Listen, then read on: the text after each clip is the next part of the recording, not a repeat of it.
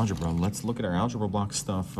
Day 4 here, we are involving some negatives in our problems, all right, negatives and some coefficients, some numbers in front of the variables for these. Okay, so we're increasing the complexity just a little bit.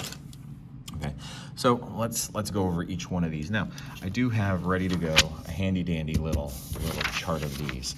Now, I asked you to do at least 2 sections of these, so I'll go through the mild and the medium problems, and I will take a picture that includes the answers for these down here, okay? So in this video. Now, we could take and use our little chart for this one. We'd take the negative 2x, and that's getting multiplied by an x and a negative 5, x and a negative 5. And what's negative 2x times x? Well, there's no other number to multiply by, so I know the answer is going to have a negative 2. And then I ask myself, what's x times x? Then I deal with the variables, and that's an x squared. So I look at this. This doesn't have a variable. So I know that this variable, x, is going to be part of the answer. It doesn't have another variable to multiply by, but we're going to do negative 5 times negative 2, and that is a positive 10. Okay, and that's our answer. All right, our answer is negative 2x squared plus, because negative times negative is plus 10x. Done. Now, I'm not going to use this for the rest of these. Instead, I want to look at this as doing like double distributive. I take this 3 and y and I multiply by each of these parts. So 3y times negative 2y. Well, let's deal with either the numbers or the letters. I'll deal with the letters. Y times y is going to be a y squared. And what is 3 times negative 2? That's a negative 6. Done.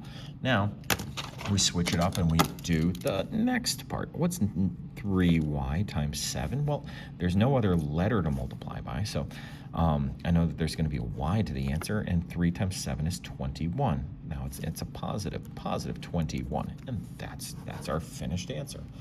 Okay, jump into this one. Negative 5 times, again, there's going to be repetition here as we take and distribute this thing to both parts. And you're just going to hear me talking in a way about like, how do I think through these? There's no other letter to multiply with these when I do this. So I'm just multiplying this negative 5 times these numbers and adding on whatever letter I have. So negative 5 times 3 is negative 15, but this was a 3x, so this is negative 15x. This doesn't have a letter, so it's, negative 5 times 2 is negative 10.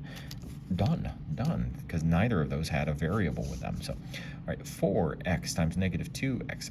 X times x is an x squared. And 4 times negative 2 is negative 8. So, again, see how I dealt with the letters first and then the numbers? Now let's do 4x times 3. Well, the x doesn't have anything to multiply by, so x will be part of the answer, and 4 times 3 is 12. We'll have to put something in between, so since it's a positive 12, we'll write plus 12. All right, 6y, negative 6y. Negative 6 times 2 is negative 12. Y times y is y squared. Negative 6 times negative 1 is positive 6. And y doesn't have anything to multiply by, so there's that y. Okay, now for these, I am going to use the little charts for every single one of them, okay? And then I'll write my final answer here. So with this, I'm going to take the x and the minus 3, and I'm going to write x minus 3, 2x plus 5, 2x plus 5. Okay, so since that 3 had a minus in front of it, we treat it like a negative. What's x times 2x? 2x squared. What's x times 5? 5x. What's negative 3 times 2x? Well, negative 3 times 2 is negative 6x. Negative 3 times 5 is negative 15. Honestly, we're done. The only other thing we have to do is combine these and ask ourselves, what is negative 6x and 5x? They're like terms and can be combined. We have one more negative than these, so 5 positives cancel out with 5 negatives, gone, and we're left with a negative 1x. When I write that, I'll write my answer as 2x squared minus 1x, just an x, minus 15. And there's our answer for that one. Now, the next one, let's see, we got, again, just going over every single one. Negative 2x plus the 4. We separate those two parts into two cells. X minus 1, x, and I don't put the minus here. I put it here with the 1. because now I treat that like a negative 1. Negative 2x times x. Well, the x has become an x squared, and that negative 2 tags along. All right. Negative 1 times negative 2x. Well, negative 1 times negative 2 is positive 2x. X times 4 is 4x. 4 times negative 1 is negative 4. And then I want to combine these. 4x and 2x are both positive, so they'll make a bigger one, bigger positive. So we'll get an answer of negative 2x squared plus 6x minus 4. Okay. Repetition, man, repetition. It's the same thing over and over with all of these. So x and 6, negative x. Negative x and a 2. Now, whenever we got a variable that's negative, I like to put the invisible 1 there.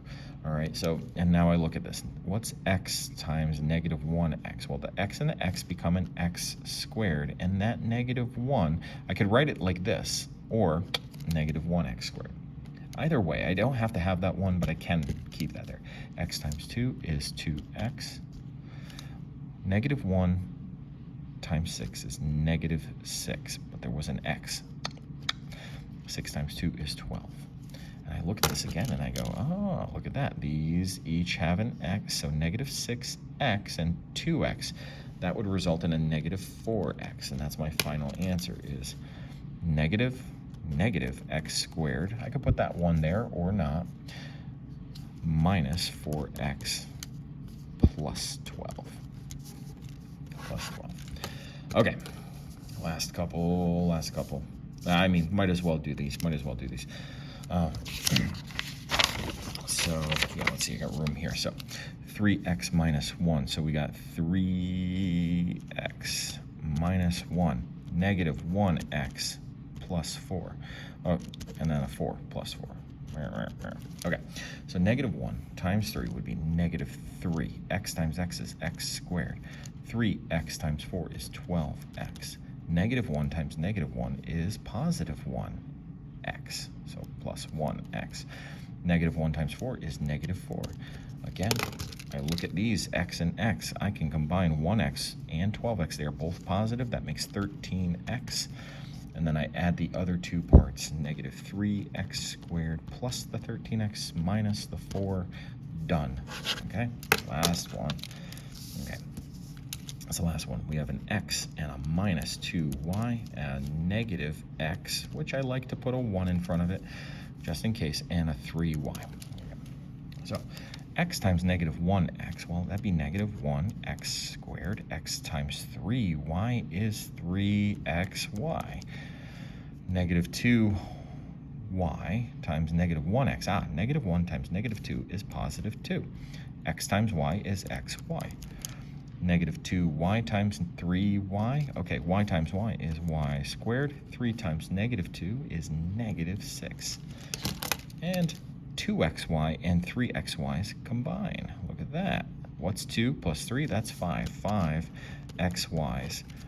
And a negative x squared plus those, minus 6y squared. Okay, I'm going to finish the answer key for the last chunk of problems here. But that's going over each one of these. So 8 minutes for the teacher to do these. That means, somewhere between 15, 20 minutes is probably what it takes for you. Although I'm talking through all of these. Take care, folks.